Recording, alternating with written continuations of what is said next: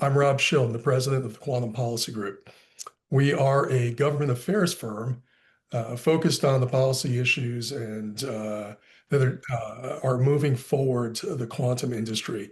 Very much interested as we move from foundational research to commercialization, to working in an environment that is both obviously commercial, but also going to be heavily influenced by the federal government. We bring 25 plus years of experience in policy, in politics, working with a number of the largest technology companies in the world over the years.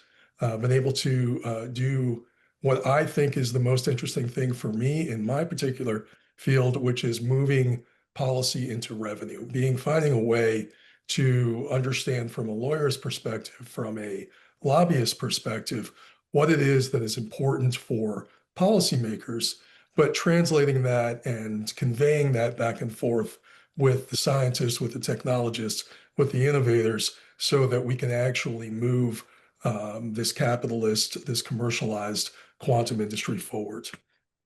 Policy affects outcomes. We have the good fortune and the coincidence of being in an industry that has pretty obvious defense, national security, intelligence, cybersecurity, critical infrastructure, overlaps, adjacency, applicability.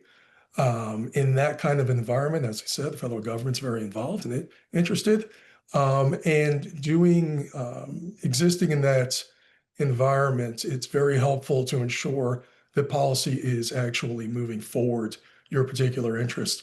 The worst place to be, or one of the bad places to be, is to be not engaged with the government as they are creating in their best efforts, to the best of their abilities, guardrails, guidelines, structures for competition, for technological development, for investment. They do the best that they can to help move the ball forward, but oftentimes they're not going to know what you all will know. And being able to have that back and forth to guide them is exceptionally helpful. It's bad to have them do that without your guidance. It's particularly bad to have them do that with your competitors' guidance and without yours. So what I've been able to do over many years is work with technology companies to have that back and forth translation service to allow for both sides of the equation to get to a best possible outcome. As an industry, we've done well with foundational research funding. We've recently had a lot of discussion about, as with rare earths, with chips, with other companies, with direct equity stakes for the federal government. But if for many of you here today, you are already selling to federal agency customers, or you're looking to do so, there are authorization bills, annual multi-year bills that provide the guidelines for the context in which they can acquire your goods, your technologies, your solutions. There are appropriations bills that provide the funding and some of the guidelines for acquiring those services. When you seek to compete and provide your services into the commercial industry, when you're just selling to other companies to provide the best possible services, there will be limitations on your supply chain. There'll be limitations on how you're able to do business in the US. You want to be able to impact how that is brought about.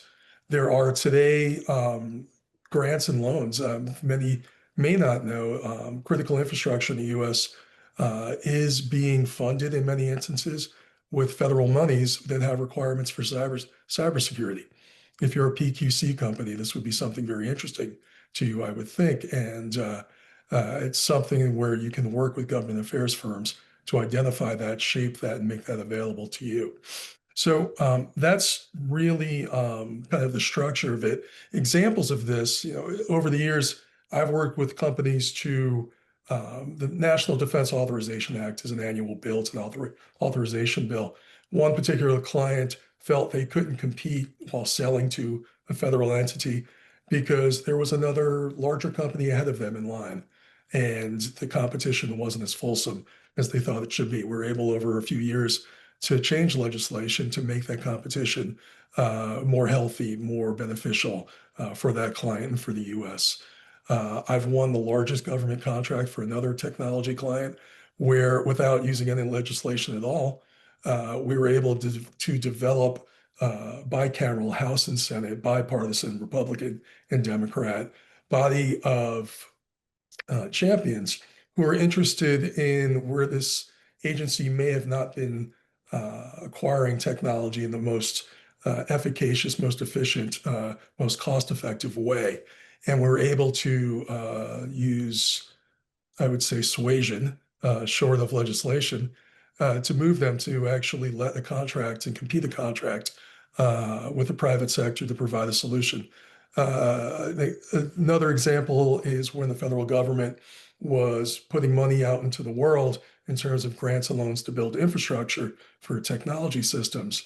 We were able to advocate for legislation that had room for our clients and then follow that process through to the agency when the notice of funding availability was released to the world, when it didn't have the particular eligibilities that some clients wished for.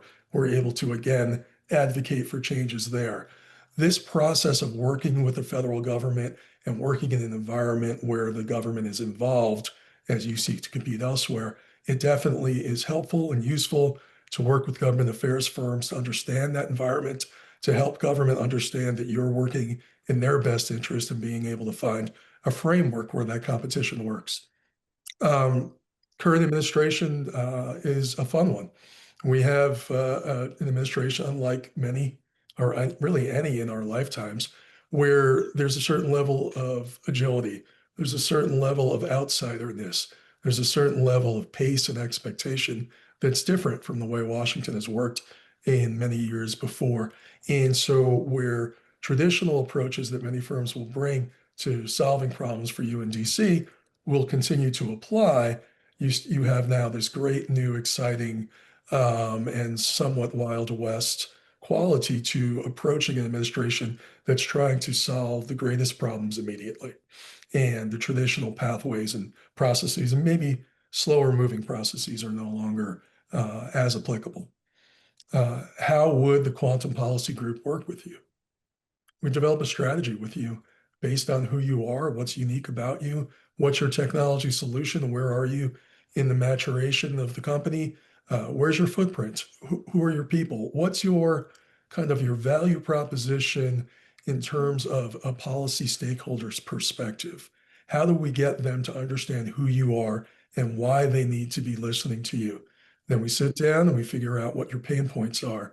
Where are the opportunities that you have tried to make progress, but have been unable to do so to date?